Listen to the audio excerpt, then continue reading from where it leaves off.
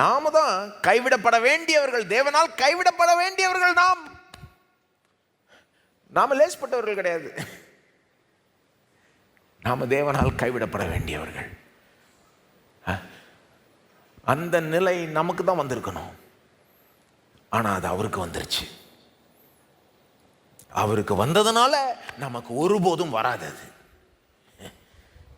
தேவனால் கைவிடப்பட தகுதி உள்ளவர்கள் நாம். நமக்கு என்னங்க தகுதி இருக்கு? யோசித்து பாரு. கிறிஸ்து இல்லாம நமக்கு என்ன தகுதி இருக்கு? இயேசு இல்லாம நமக்கு என்னங்க தகுதி இருக்கு? என்ன தகுதி இருக்குன்னு சொல்றேன். கிறிஸ்து அப்பாற்பட்டு, கிறிஸ்துவுக்கு வெளியே என்னத்துக்கு நம்ம தகுதி உள்ளவர்கள்னா, சாபத்துக்கு தகுதி உள்ளவர்கள், அப்புறம் தேவனால் கைவிடப்படுறதுக்கு தகுதி உள்ளவர்கள். இதுக்கு தான் தகுதி உள்ளவர்கள். எந்த நன்மையும் பெறத்துக்கு சுயமா நமக்கு தகுதி இல்லை என்பதுதான் வேதம் போதிக்கிறது. கேட்கறதுக்கு கடினமாய் இருக்கலாம், ஆனா இது சத்தியம். நான் சொல்லி ஆகணும். கொஞ்சம் பொறுத்து கேளுங்க. நம்ம எல்லாருமே தேவனுக்கு விரோதமா பாவம் செஞ்சிட்டதுனால, அவருக்காக வாழாம அவரை அவமதிச்சிட்டதுனால, அவருக்கு துரோகம் செஞ்சதுனால, நமக்கு கிடைக்க வேண்டியது நம்முடைய பாவத்தின் நிமித்தமாய் நமக்கு கிடைக்க வேண்டியது என்னன்னா, சாபம், தண்டனை, அப்புறம் தேவனால் கைவிடப்படுறது. இதுதான் வேதம் சொல்லுது. இதை கேட்குறப்போ ஜனங்க சொல்லுவாங்க, என்னங்க பேச்சா இருக்கு, ஓவராக இருக்குது இது. அப்படி என்னங்க நான் செஞ்சேன்? என்னங்க துரோகம் செஞ்சேன்?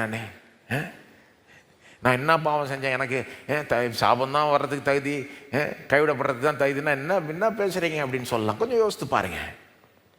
இது ஜனங்க எப்படி சில நேரம் கிறிஸ்தவம் கூட இதை கரெக்டாக புரிஞ்சுக்கிறது இல்லை. கிறிஸ்தவம் கூட எப்படி நினைக்கிறாங்க சில நேரம், நமக்கு இது நடந்திருக்க வேணாமா, அது நடந்திருக்க வேணாமா, இதுக்கு தகுதி உள்ளவன் அல்லவா, அதுக்கு தகுதி உள்ளவன் அல்லவா, எதை வச்சு நினைக்கிறோன்னு கேட்குறேன் நான். எதை வச்சு அப்படி நினைக்கிறோம்? ஜனங்களுடைய அப்ரோச் எப்படி இருக்குன்னா, நான் என்ன பாவம் செஞ்சேன், அப்படி என்ன பெருசாக செஞ்சிட்டேன், ஏதோ அப்பப்போ சில போய் சொன்னேன், ஏதோ ஒன்று ரெண்டு பேரை ஏமாத்தினேன், எனக்கு கிடைக்க வேண்டியது எல்லாமே சாபம், கைவிடப்படுறது இப்படின்னு சொன்னால் ஓவரா தெரியல? மரணம், நித்திய தண்டனை, நரகம், இதுக்கெல்லாம் நான் தகுதி உள்ளவனே கிடையாது. நீங்கள் இதுதாங்க பிரச்சனை உங்கள் கிறிஸ்தவத்தில், உங்கள் பைபிளில் இதுதாங்க பிரச்சனை. ரொம்ப ஓவராக இது மாதிரி போகிறீங்க நீங்கள். இது யார் ஏற்றுக்கொள்ள முடியும்? என்ன பிரச்சனைனா, நாம் என்ன நினச்சிக்கிறோம், நான் அப்படி என்ன பெருசாக செஞ்சேன், ஏதோ சின்னது தான் நான் செஞ்சேன்.